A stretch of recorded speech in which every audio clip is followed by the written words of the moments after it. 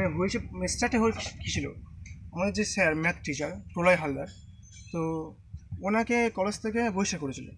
এবার এটা আমার জানতাম, কেউ জানতাম না কেন হয়েছে জানতাম না। এবার আমার সূত্রপাত হয়েছে ফেসবুক থেকে। ফেসবুকে ওনার একটা পোস্ট আছে, ওই পোস্টটা পড়ে আমরা জানতে পারলাম যে ওনার কোনো কারণ ছিল না, উনি কলেজে কয়েকদিন আসতে পারেনি ওনার লেগ ইনজুরির জন্য।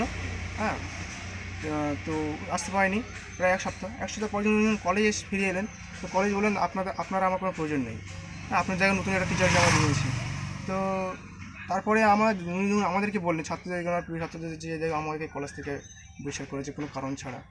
তখন আমার সেটাকে জাস্ট প্রথমে আমরা কোনো রকমের স্ট্রাইক ডাকেন কিছু করিনি, মীমাংসা চেয়েছি। ওরা বললো না মীমাংসা কোনো হবে না। তখন আমরা বাধ্য হয়ে স্ট্রাইক ডেকেছি। এটা এক উইক আগে ঘটনা, এক সপ্তাহ আগে আমরা স্ট্রাইক ডেকেছি। তো স্ট্রাইক ডাকার পরে কোনো মীমাংসা হলো না। তারপরে আবার ডাকার পরে ওরা বললো ঠিক আছে একটা মীমাংসা করবো। এখন কি হয়েছে? তারপরে হলো কি, আবার মীমাংসা হলো, কিন্তু সেটা একতরফা পুরোপুরি, মানে সেটা আমরা অ্যাগ্রি করিনি, যার ফলে আমরা আবার স্ট্রাইক ডেকেছি। এখন স্ট্রাইক চলছে। কি করবে তোমরা?